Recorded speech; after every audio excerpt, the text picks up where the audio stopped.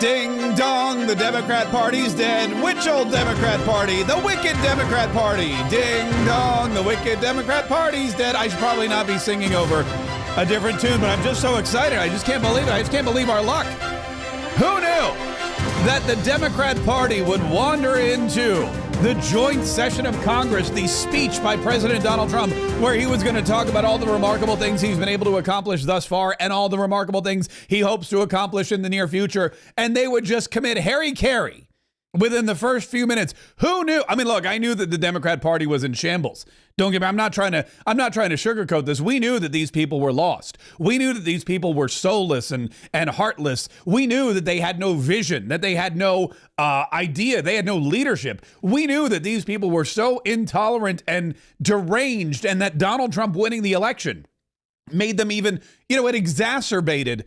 It seems like they say when you get rich, they say, if you're a really nice, kind-hearted person and you get rich, it amplifies how nice and kind-hearted you are. But if you're a D-bag and you get rich, it just amplifies what a D-bag you are. And the Democrat Party is that way too with Donald Trump's election. We knew that they were soulless, heartless, devoid of any great ideas or leadership. We knew that they hated America and everything that America stood for. We knew that they were selfish. We knew that they were in it just for money and power and their own longevity. But we didn't really realize how bad it was until Donald Trump got reelected, and now they're just off the hill. They were taking the party collectively and just jumping off a cliff yesterday. And I don't know if this is a coordinate. It's weird because sometimes the Democrats will do things that seem coordinated. For example, yesterday or 2 days ago, we saw the coordinated 22 videos that all of the Democrat senators, you remember the ones with this one? I will immediately bring prices down starting on day one. Okay, well, like someone had to coordinate that. That didn't just happen. Somebody had to coordinate that. Somebody had to put all that together and say, hey, here's this dumb thing we're going to do where you're all going to record the same video. I don't know who did it. I don't know whose brainchild it was, but it was somebody's. And then yesterday, it seemed like they were just devoid of any kind of organization.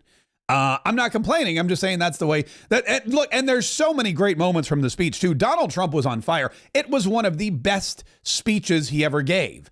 And the more he talked about amazing things and the more mic drop moments he had and the more quirky, I mean, it was a funny speech. I laughed out loud. I LOL'd several times during Donald Trump's presentation yesterday. I thought it was when he said farmers are going to have a field day. I mean, I know that probably wasn't an intentional pun, but I dug it. When he said, oh man, he had so many great, one of the best lines, I'm going to play this line probably a lot today, but one of the best lines in this and every other speech that I've ever heard a president give was, I mean, God, there's so many. There's so many. But I have to say, this was probably one of the best moments of the night. The media and our friends in the Democrat Party kept saying we needed new legislation. We must have legislation to secure the border. But it turned out that all we really needed was a new president. I mean, it's such a great line. And it was delivered so perfectly. This is what, and I'm going to, one day, maybe tonight in the webinar that I'm hosting, I'll talk a little bit about this. But this line was delivered perfectly because it's such a standalone. Donald Trump remembers to reintroduce the topic. He says, they kept saying, the media kept saying, we needed legislation. And then he comes back and goes, to secure the border. But then it turns out all we needed was, pause for emphasis, a new president. And he plays exactly to the side. He knows exactly where he's. Look at this one more time. It's great. The media and our friends in the Democrat Party kept saying we needed new legislation. We must have legislation to secure the border. But it turned out that all we really needed was a new president. And he looks over at the Republicans when he says it because he knows they're the ones that are going to give him the reaction. And it was a moment for sure. It was a fantastic moment. It was a great line. I'm not sure who wrote this speech. It hinted of Stephen Miller. It hinted a little bit of a couple of other people that I know. Stephen Chung probably had a little hand in that. But it was a fantastic. God, Donald Trump. He had so many great He had so many great moments, and I just was so thrilled to watch it. But of course, the moment that stole the show, the moment that everybody's talking about today, was Al Green, representative from Texas, losing his ever-loving mind. Just going right at the beginning, just from the outset of this speech. And that's why I thought maybe this was pre-planned. In fact, I'm going to tell you what I thought was probably going to happen. I thought that the Democrats, and again, this would require some kind of leadership and continuity on their part, which they just don't have. I thought the Democrats had planned, like at various different points during the speech, various different Democrats would jump up and start yelling something to get thrown out. But no, it only happened the one time. And it happened right at the beginning. Al Green, who has a cane. I don't even know if he needs the cane or if he just carries the cane because he saw it in like some gangster movie years ago. But he's from Texas. He carries his cane. He hates Donald Trump with a passion. He's already tried to impeach Donald Trump like three ways since Thursday. I don't even know if that's a saying, but I just made it up. But here he is starting to yell about Donald Trump. Donald Trump began his speech by talking about the mandate that he received. And it's really interesting because just yesterday, I played you the clip from Stephen A. Smith, who was telling Joy Behar, we have a mandate. Donald Trump has a mandate. You can explain it away all you want, but the fact of the matter is Donald Trump won all 7 swing states. Donald Trump won all the electoral votes he needed. He won the popular vote. Donald Trump won 89% of counties in the United States of America. They went red. Donald Trump won black people. He won Latino people. He won young people. Donald Trump won this election like no Republican has won an election in a very long time, and he's got a mandate. And Al Green just refuses to believe it. So when Donald Trump started talking about his mandate, what little was left of his brain just boop, exploded like some kind of aneurysm. And he couldn't contain himself anymore. And he hopped up with the help of his cane and started yelling, "You ain't got no mandate." Won the popular vote by big numbers and won counties in our country.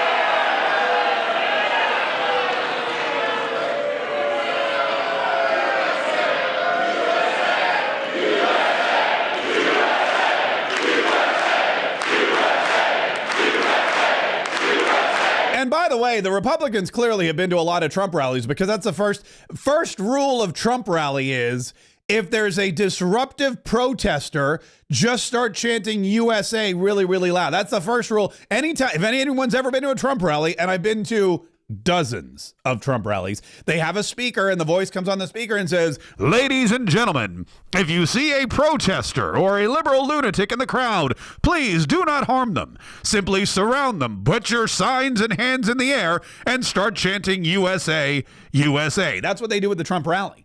And evidently, now it's just common knowledge. You know, it's like they always say, if you're ever on fire, stop, drop, and roll.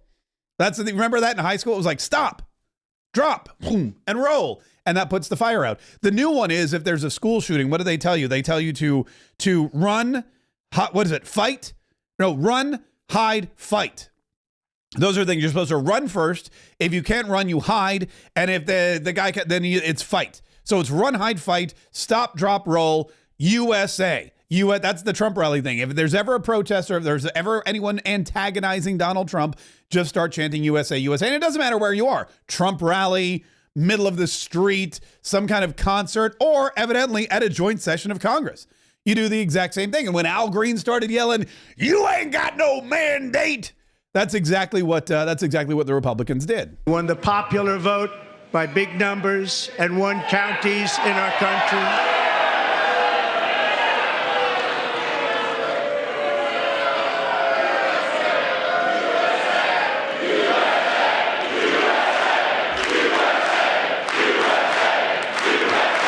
USA. And then Mike Johnson, the Speaker of the House, he gavelled everyone to order and he gave a warning. And I'll be honest with you, I know Mike Johnson and I, we've had our differences. I don't know that he would have been my first choice. But here's the thing. Mike Johnson handled it really well. I would say Mike Johnson handled this thing really, really well. He gavelled it down. He said, look, you got a warning. You can sit down and you can shut up or you can get out of here. And Al Green didn't get out. Didn't sit down and didn't shut up. So he got thrown out. And that was it was a historic moment. I don't know that that's ever happened, or at least it hasn't happened in a while. It was amazing to watch. And it was the beginning of the end of the Democrat Party. Mr. Green, take your seat. Take your seat, sir. Take your seat. Finding that members continue to engage in willful and concerted disruption of proper decorum, the chair now directs the Sergeant-at-Arms to restore order. Remove this gentleman from the chamber.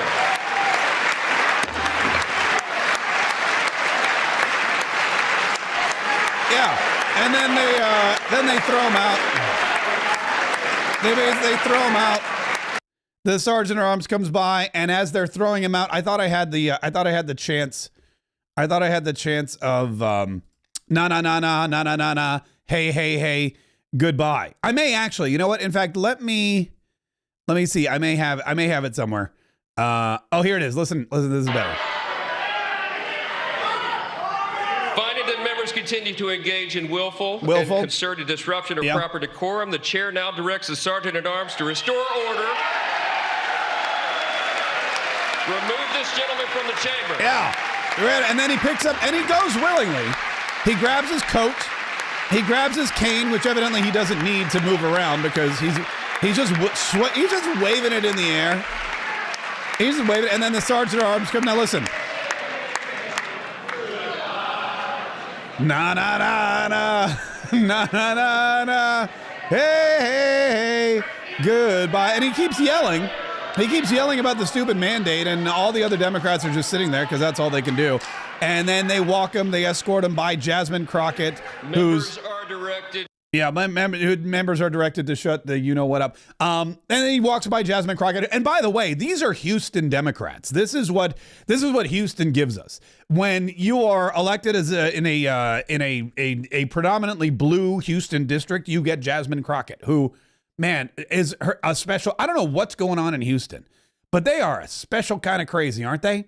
It is amazing. You got Al Green yelling and screaming, "You ain't got no mandate," getting thrown out of the joint session of Congress. And then you got Jasmine Crockett, who is her own, again, I don't know what's going on with these people. It could be the heat. It could be the heat down there in Houston. This was Jasmine Crockett after the speech. And I believe that I edited it appropriately because she doesn't have a lot of couth and or decorum either. So if I missed a wordy dirt, I do apologize. I do apologize in advance. This is not what we should be doing. I don't even know why we fighting with Greenland. Why we fighting with Greenland? We fighting with Canada. We fighting with Mexico. Yet we in love with Putin. What is happening? Like, this is not America. This is a terrible nightmare. Somebody slap me and wake me the up because I'm ready to get on with it. I'm a little shocked nobody took her up on the offer to slap her. I'm a little shocked. If I were in a room with Jasmine Crockett and she was like, "Somebody please slap me," I would have been, I imagine there would have been 5 or 6. I would have looked around me, where's the line start? Because maybe they didn't hear her. Although, how could you not hear her? Because she's screechy, isn't she? This is not what we should be doing. I don't even know why we fighting with Greenland. Why we fighting with Greenland? We fighting with Canada. We fighting with Mexico. Yet we in love with Putin. What is happening? Like, this is not America. This is a terrible nightmare. Somebody slap me and wake me the up because I'm ready to get on with it. This is not America. Somebody slap me and wake me the up because I'm ready to get on with it. It's Jasmine Crockett from Texas. Al Green from Texas. These are people who yell and scream and curse and are just uncouth. These are people that just have no decorum whatsoever. They can't even control their emotions. They can't sit quietly and listen to a speech from somebody that they disagree with without getting up and screaming and yelling and shouting. And they walked, and then also they walked out. There were more. There was a concerted effort to walk out of this speech, and the walkouts, I'll be honest with you, didn't really disrupt. You couldn't even see, really. Every now and then they would mention I think I was watching on C-SPAN or on NBC, whatever, they would mention, "Oh, somebody walked out." But the walkouts were quiet. You couldn't tell they were happening. It was uneventful. Donald Trump just rolled right over them. And I'm going to be honest with you. I preferred the toss-outs. The walkouts were boring. The throw-his-ass-outs were amazing. And I think we need more, like, fewer walkouts and more throw-yass-outs, because that, to me, was where the real entertainment came in. Here's Ayanna Pressley after the speech talking about how she walked out. All right, y'all, I don't have a lot of time. I just came off the House floor. I could not stand one more second, tolerate one more second. This man who parted January 6th insurrectionists who desecrated the very chamber that we are sitting in this moment. This man who has no respect for Congress, does not respect us as a co-equal branch of government, who has put us into a constitutional crisis. This man with his hateful rhetoric and his even more harmful policies. I went because I wanted to honor my State of the Union or my joint address of Congress guest, Claire from Everett, a probationary federal worker who was damn good at her job at housing and urban development, enforcing fair housing laws. She was fired. She didn't deserve that. The work that she did remains unfinished. There are people that will be unhoused because that work is unfinished. There's housing that will not get built because that work is unfinished, and her life has been completely upended and disrupted.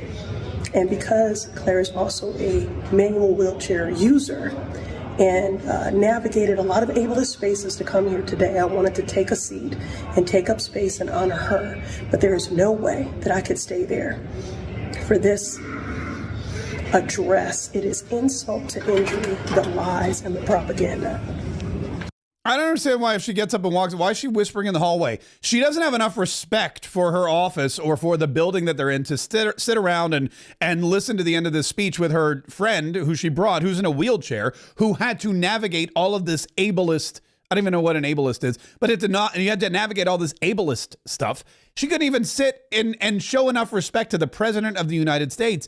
Yet when she gets out in the hallway, she's like, I have to whisper. Why? You already disrupted the speech. You already showed you don't care. You already showed you have no respect for the United States of America, her monuments, her buildings, her processes, her government, or her leadership. You've already shown disrespect. Why are you whispering? Just yell and scream, just like Jasmine Crockett did. Yell and scream, just like Al Green.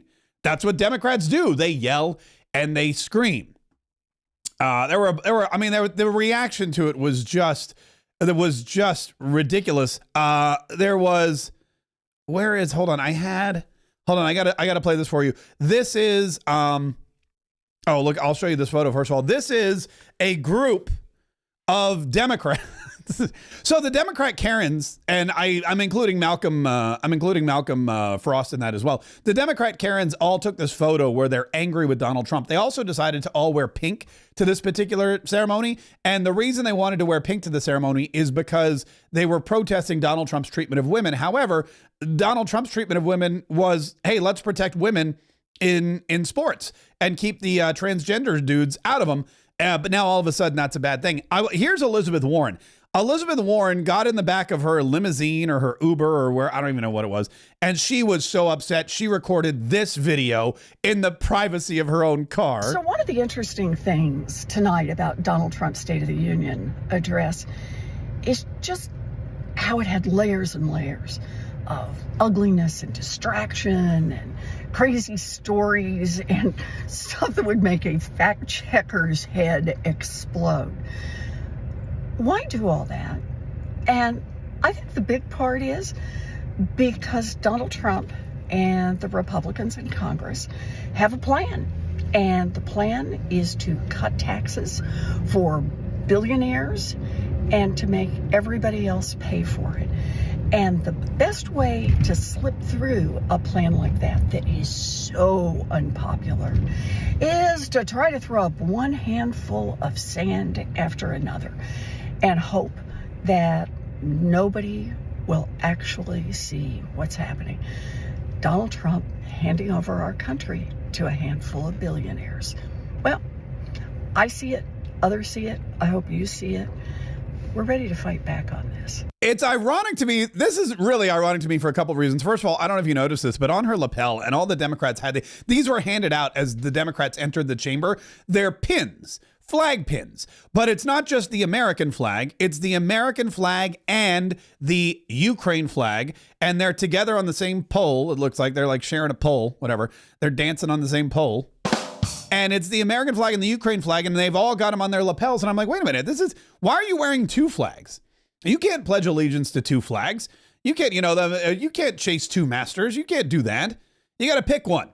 You got to pick one. Are you picking the United States of America or are you picking Ukraine? No, they want both on their lapels. But it's interesting to me that Elizabeth Warren is now cracking down on taxes. She's the one that wanted to raise taxes on everybody and call them costs are coming. Do you remember that when she wanted to, during the Obamacare battle, it was Elizabeth Warren, she was running for president, and they kept saying, are you going to raise taxes? And she said, I'm going to bring costs down.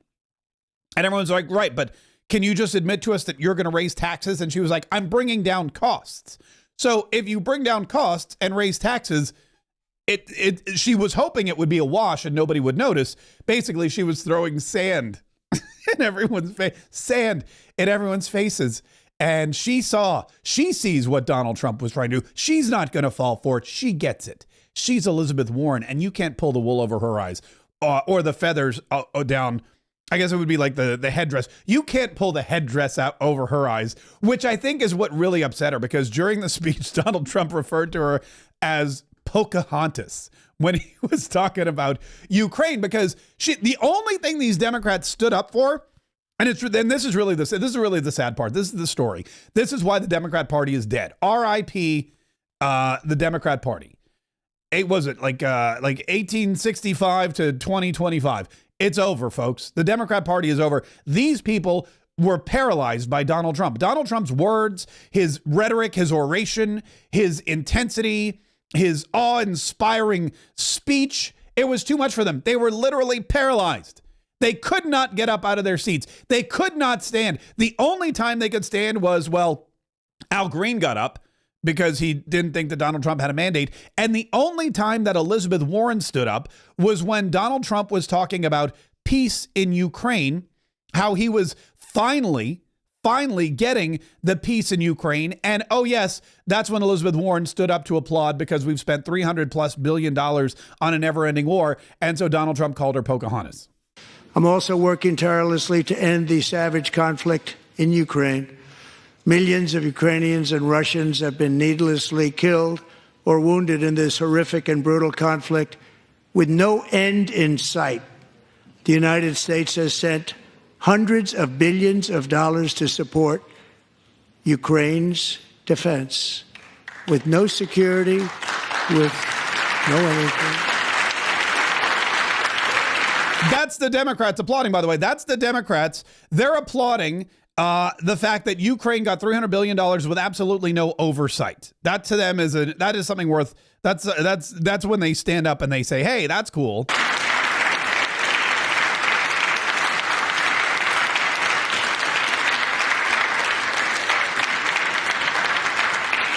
Do you want to keep it going for another 5 years? Yeah. You would say Pocahontas says yes. Which, by the way. Pocahontas, yeah. Which, by the way, I thought it was Pocahontas because she pretended to be an American Indian, but she wasn't. But you know, Pocahontas, I get it. Doesn't matter. I'm not going to correct the president of the United States. He can call her. Listen, I'm sure she's been called a lot worse. So, but that's what it is. And he's like, look, we're ending this war. We're bringing peace in Ukraine. And there was one guy in the audience. I don't know who he was, some Democrat. He's wearing the Ukraine pin. He's wearing yellow and blue. He's clearly a Ukraine guy. And when Donald Trump starts talking about peace in Ukraine, he accidentally starts clapping. And then he looks around and he realizes that none of his liberal lunatic counterparts are clapping either. So he stops. It's really wild to see. Earlier today, I received an important letter from President Zelensky of Ukraine. The letter reads, Ukraine is ready to come to the negotiating table as soon as possible to bring lasting peace closer. Nobody wants peace more than the Ukrainians, he said. My team and I stand ready to work under President Trump's strong leadership to get a peace that lasts. We do really value how much America has done to help Ukraine maintain its sovereignty and independence. Regarding the agreement on minerals and security, Ukraine is ready to sign it at any time that is convenient for you. I appreciate that he sent this letter, just got it a little while ago. Simultaneously, we've had serious discussions with Russia and have received strong signals that they are ready for peace. Wouldn't that be beautiful? Wouldn't that be beautiful?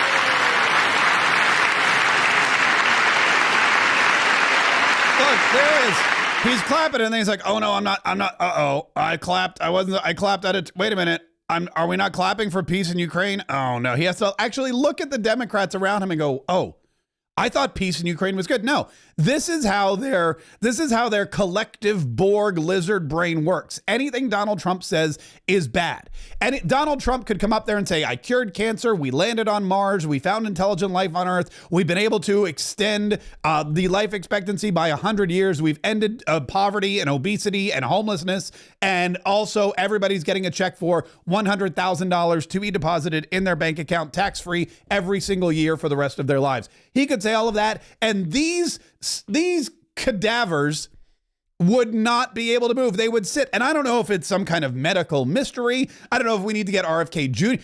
Somebody call RFK Jr. and get him on here. Say, hey guys, there's something wrong with these Democrats. They just can't move no matter how good things are. And Donald Trump he's been through this before. This is his 5th rodeo, by the way.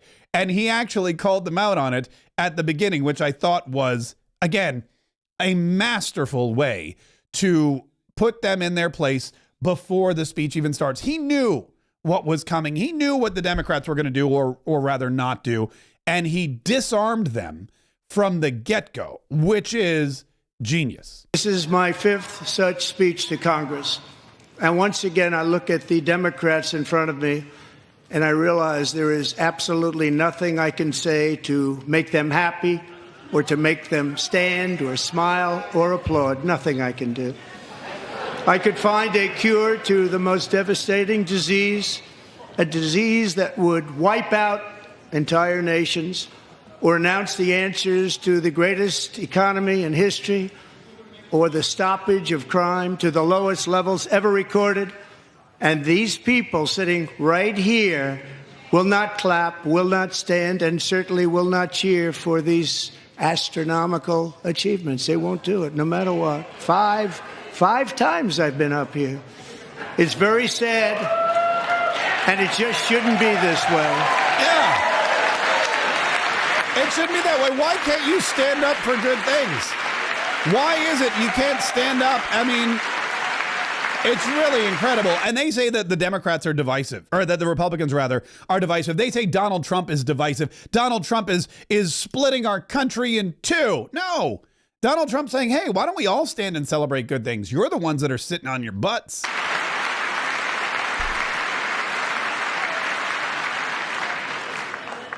So Democrats sitting before me, for just this one night, why not join us in celebrating so many incredible wins for America? For the good of our nation, let's work together and let's truly make America great again. Let's do it.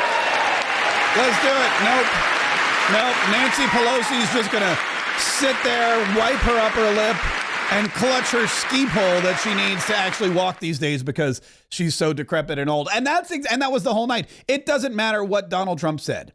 It doesn't matter what Donald Trump did. Donald Trump said we are going to drill and become energy independent and bring down energy costs for everybody in the country. As you've heard me say many times, we have more liquid gold under our feet than any nation on earth, and by far. And now I fully authorize the most talented team ever assembled to go and get it. It's called Drill, Baby, Drill. Go get all that liquid gold, make us rich again, bring down the gas prices, drill, baby, drill. And the Democrats, they just sit there moping, pouting, holding up their stupid little signs, refusing to stand, unable to stand erect and show appreciation for what Donald Trump has been able to do. Donald Trump ended the weaponization of government. And we've ended weaponized government where, as an example, a sitting president is allowed to viciously prosecute his political opponent, like me. How did that work out? Not too good. Not too good. Yeah. Okay, so they weren't going to stand for that one, but he had so many great moments. Oh, they captured a terrorist. Do you remember, I'm sure you do, the botched Afghanistan withdrawal where an ISIS-K terrorist ignited a bomb? It was a suicide bomber at the Abbey Gate and killed 13 American men and women, 13 American Marines. members of our armed forces, 42, dozens of others were irreparably harmed. They lost limbs and eyes. They were maimed. They were blown apart. Luckily, medical personnel tried their best to put them back together. Donald Trump knows these families, the families who lost loved ones and whose lives were ever altered. And he said, we caught the terrorist mastermind behind that whole thing. We have him. He's on his way here. And these Democrats just did not care.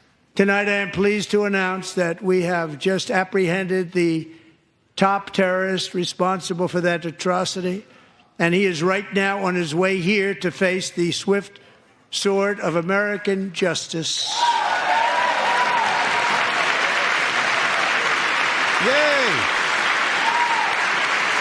I'm sorry, maybe you didn't hear the president. A deadly terrorist who killed 13 American Marines overseas and hundreds of others. That guy's just been arrested and he's coming here to the United States where we can prosecute him. You guys don't find that exciting enough? Admirable enough? You don't find that to be cause for celebrations, at least to stand up and applaud? No, I guess they do not. I guess they don't. Anyway, so what happens is Donald Trump, you know what's really baffling to me too? There was one time where I was like, well, sure, these people are going to stand. Do you remember when Donald Trump during the campaign started talking about no tax on tips? Donald Trump, during the campaign, he was like, no tax on tips, no tax on Social Security, no tax on overtime.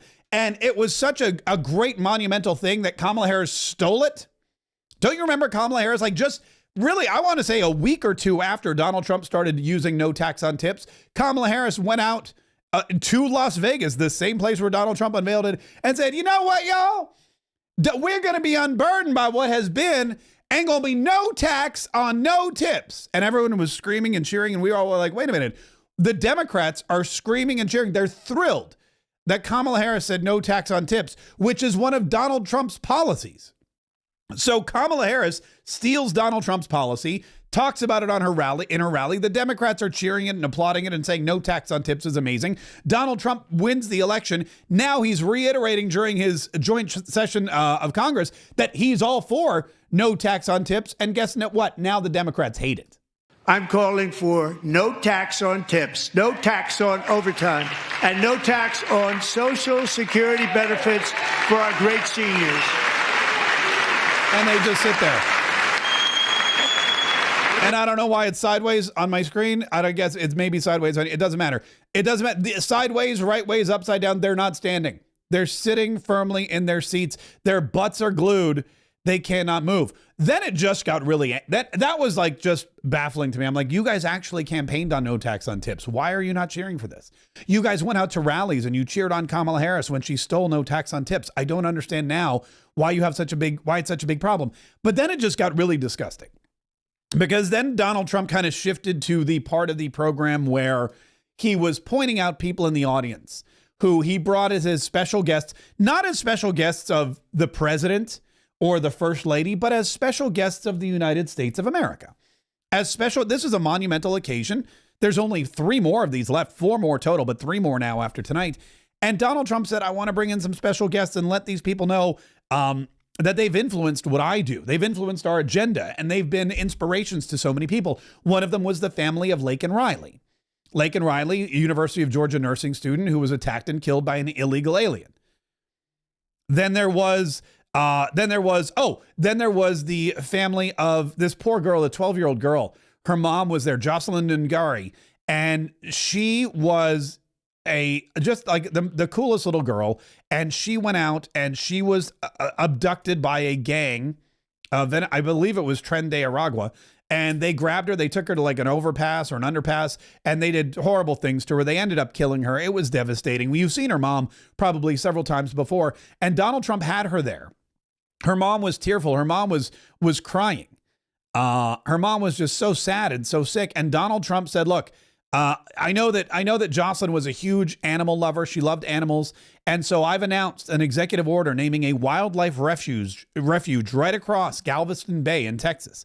Right across the bay, there's a wildlife refuge, and we've renamed it in honor of your daughter. It's now the Jocelyn Nungari Wildlife Refuge.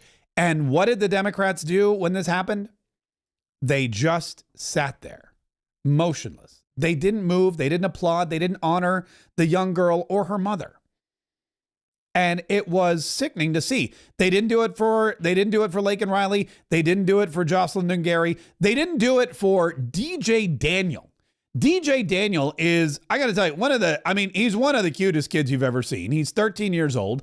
And when he was young, he wanted to be a police officer. Well, when he was 6, they found out he had brain cancer, and the doctors gave him something like 6 months to live, something ridiculous like that. 5-6 years later, he's still here. And in fact, he was at the address last night. He was dressed in his police outfit, and he got a massive surprise, like the biggest surprise you could ever get from the President of the United States if you're a 13-year-old cancer fighter who wants to be a police officer. And tonight, DJ, we're going to do you the biggest honor of them all. I am asking our new Secret Service Director, Sean Curran, to officially make you an agent of the United States Secret Service.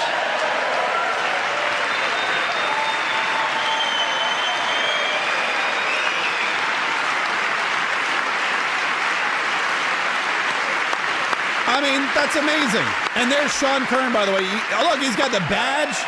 He's got the ID. He's got the little wallet. This kid's now in the Secret Service. It's really incredible. Hopefully, tell him not to stand on any sloped roofs, by the way. Oh, look, and he gives Sean Curran a big hug. Sean Curran, by the way, if you don't recognize him, he's the guy with the dark glasses from the Fight, Fight, Fight image. He's the one. He was right there on the scene. He jumped on Donald Trump. He was dragging him away. He's got the dark shades underneath he's in, I think this guy's been photographed.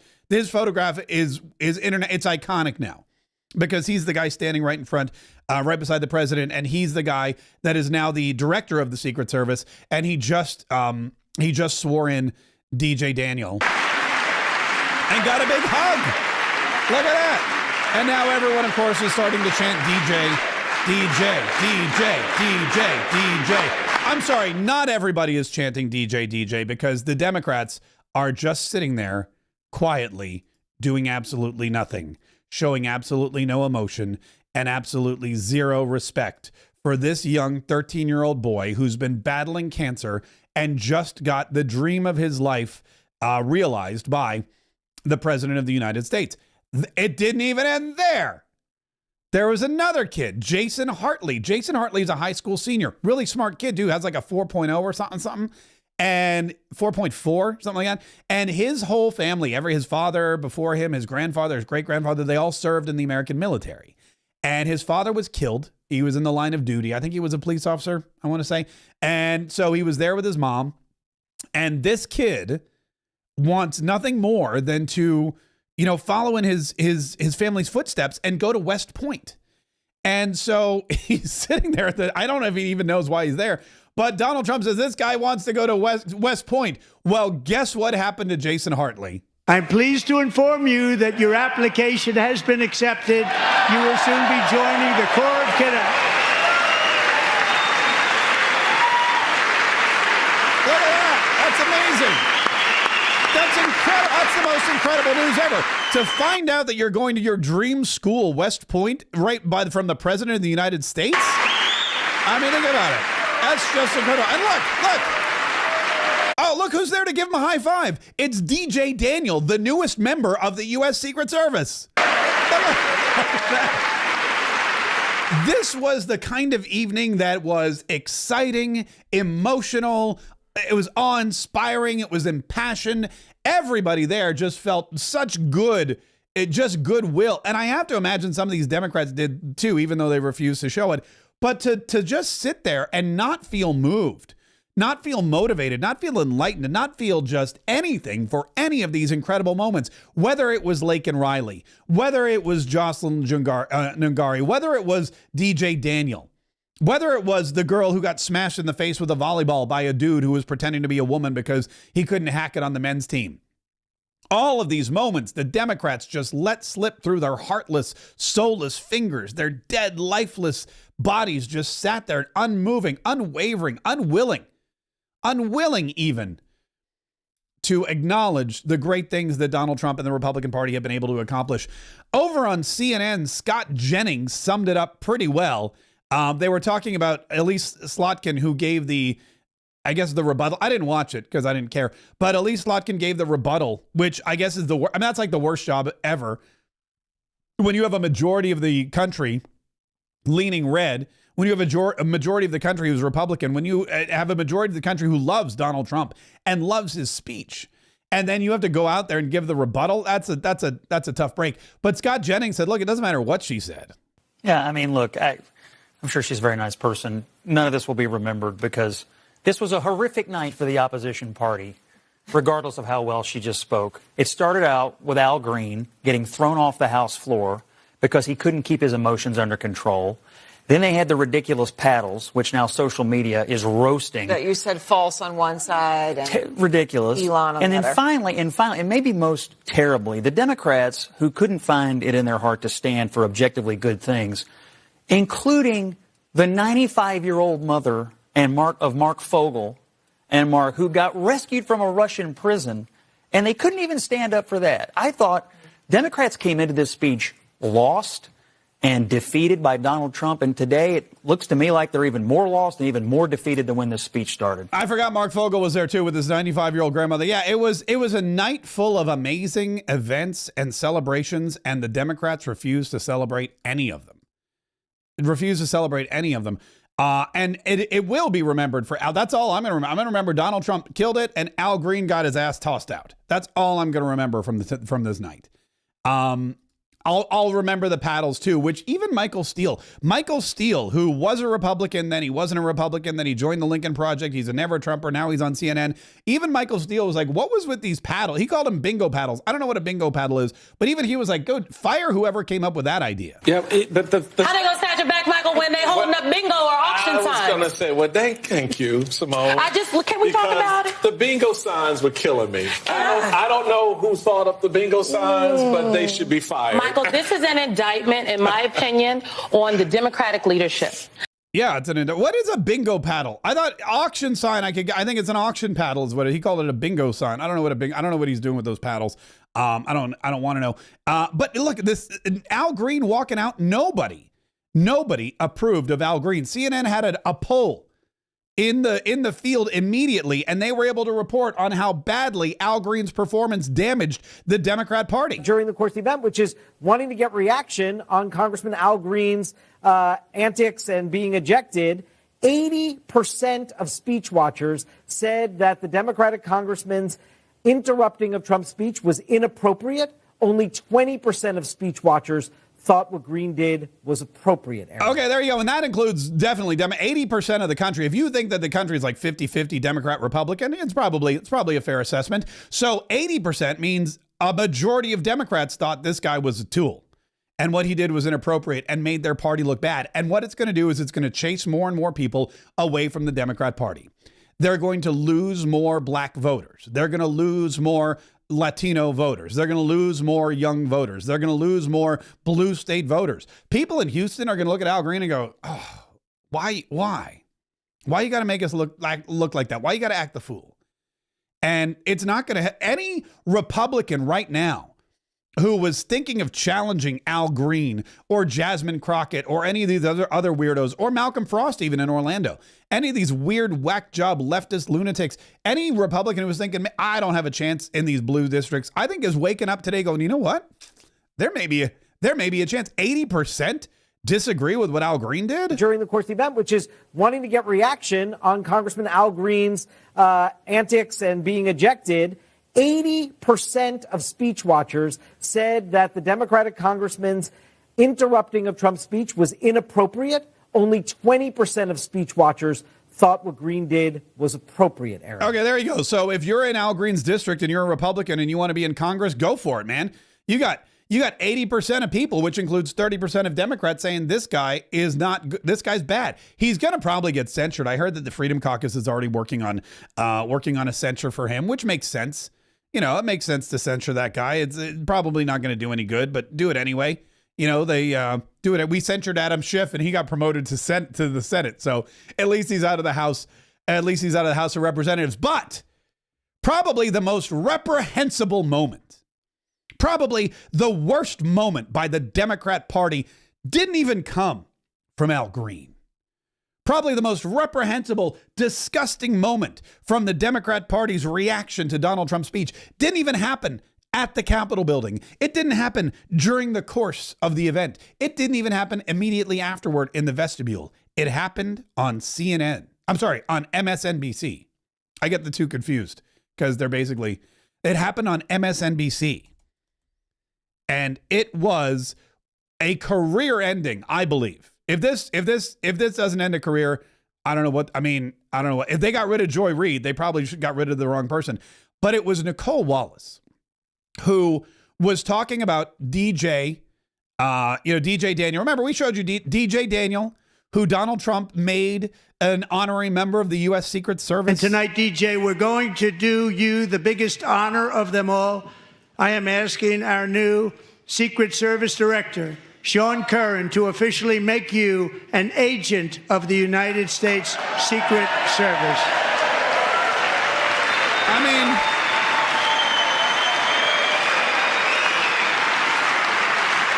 13-year-old boy suffering from cancer in front of millions and millions of people, the President of the United States, the entirety of Congress, the Cabinet, the Supreme Court, the Joint Chiefs of Staff, the First Lady, a whole bunch of dignitaries. This young kid who always wanted to be a police officer is now getting handed credentials from the Director of the Secret Service saying, congratulations, you're an agent. It's a heartfelt, it's a very wholesome, and it's a very cool moment. And what did Nicole Wallace say about it on MSNBC? Well, I'll just let her tell you. But I think this was a lesson in finding one thing that you let yourself feel. And I let myself feel joy about DJ. And I hope he's alive for another, 95 years, right? And I hope he lives and the life he wants to live. He wants to be a cop. He knows what he wants to do. And maybe when you have childhood cancer, that crystallizes for you. And I hope he has a long life as a law enforcement officer. But I hope he never has to defend the United States Capitol against Donald Trump's supporters. And if he does, I hope he isn't one of the 6 who loses his life to suicide. I'm sorry. What the fudge? I hope he isn't one who has to testify against the people who carried out acts of seditious conspiracy and then live to see Donald Trump pardon those people. I mean, this is her thought process. This is what she's thinking. This is Nicole Wallace. This is Nicole Wallace, MSNBC anchor, staple of the network. And ever since Joy Reid left, really one of the few people left. And she's saying that's really sweet that kid who's fighting and battling cancer more than half of his life, who wants to be a police officer, that's really sweet. And I hope he becomes a police officer, but then I hope he doesn't commit suicide. Who thinks that? Capitol against Donald Trump's supporters. And if he does, I hope he isn't one of the 6 who loses his life to suicide. How do you even draw that conclusion? How do you look at this kid who's having the time of his life, man? This kid is probably the greatest moment of his life, which could be cut short at any moment. He's had a 13 years of hell, basically. And it's been peppered with these moments that are exciting, that he'll remember, that his parents can take with them. And it's a constant battle. I know we have a charity, Kaye's Kids. We work with terminal kids every year, dozens of them. And it is heartbreaking. It is heartbreaking to hear when one of these kids succumbs. It's heartbreaking to hear that, this kid that you gave a bike to last year, they didn't make it. Or somebody was in remission, but then 2 years later, the parents never sleep well. When you have a child battling cancer, you never sleep well. And now you turn on MSNBC, which thank God nobody watches. You turn on MSNBC and you hear this woman say, I hope your kid gets to live long enough to be a police officer, and then I hope they don't commit suicide. That is just, I don't know if she remembers what happened to Joy Reid, but even Joy Reid didn't say anything that heartless and bad, and she got the axe. If the MSNBC suits are looking to trim a little bit more fat, there's nobody fatter these days on that network than Nicole Wallace. And I know that Jen Psaki and Rachel Maddow and everyone else, they were breathing a sigh of relief going, woo, looks like I'm going to make the next cut. It's just horrific The way that not just that these people think this, but that they actually say it, especially knowing that the majority of the people loved Donald Trump's speech. How do we know the majority of the people loved Donald Trump's speech? Well, CNN told us. To the results. What was your reaction to Trump's speech? 44% of speech watchers in our instant poll tonight say they had a very positive reaction to Trump's speech. 25% somewhat positive, 31% negative.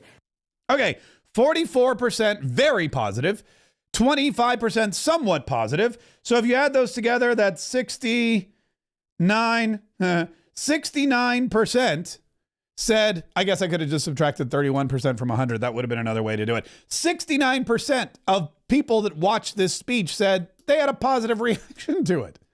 Again, that includes Democrats because there's a 50-50 split in this country, just about. It is really wild.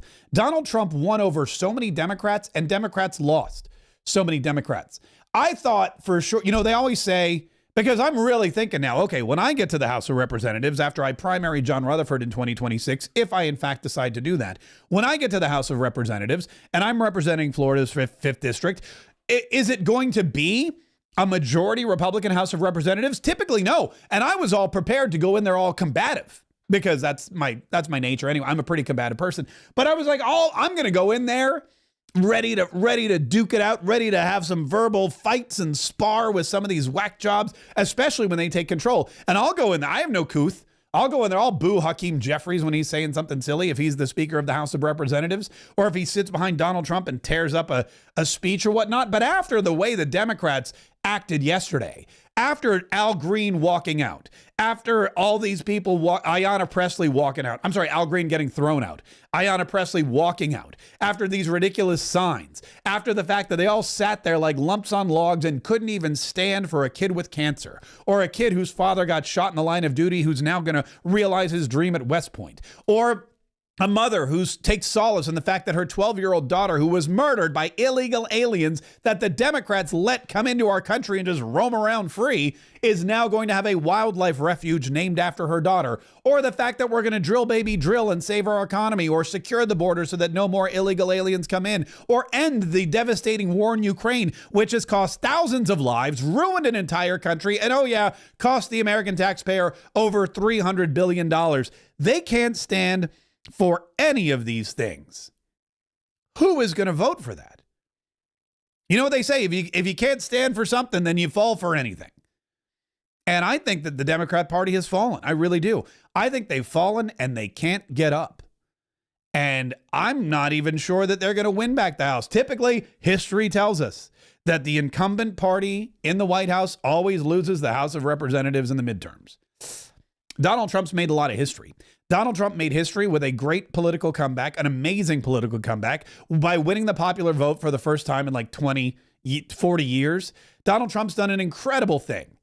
And I think he's got more miracles to pull out of his bag. I think there's more MAGA magic still to come. And I don't believe anymore that the White House, or that the House of Representatives, rather, is going to be lost. I mean, unless the Republicans do something really stupid, which they still could do. I mean, look, it's the Republicans' house to lose, is basically what I'm saying. With what Al Green did, and with what all these other idiots are doing, and with the way that Malcolm Frost and Jasmine Crockett act stupid by the dumb things Nicole Wallace is saying, like, I hope this 13-year-old cancer survivor doesn't commit suicide. The bingo paddles, all this stuff. It's the Republicans' House of Representatives to lose. And I don't think they're going to lose it, especially if the Democrats keep acting this way, which I imagine they're going to do.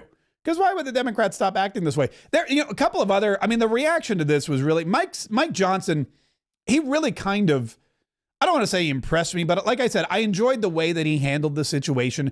I think Mike Johnson, there's still some things that he's argued for or against that I'm not a big fan of. There's some things he's done that I'm not a big fan of.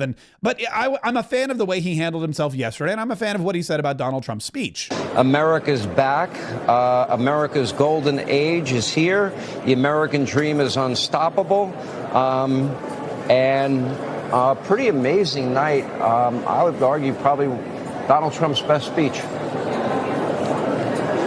I loved it, Sean. It was not a speech for the mainstream media. It was a speech for the American people. And I'm sure it was received as well at home as it was there by the Republicans and the audience up in the gallery. It was really shameful what the Democrats did. I mean, they really, it was quite a spectacle. They brought shame on themselves and their party. But the American people are following what the president is delivering, and they are appreciating it. And we certainly did tonight in the chamber. Today, we're diving into a topic that every traveler should consider. Sorry, I don't know what happened. I don't know what happened. I don't know what happened there. I don't know.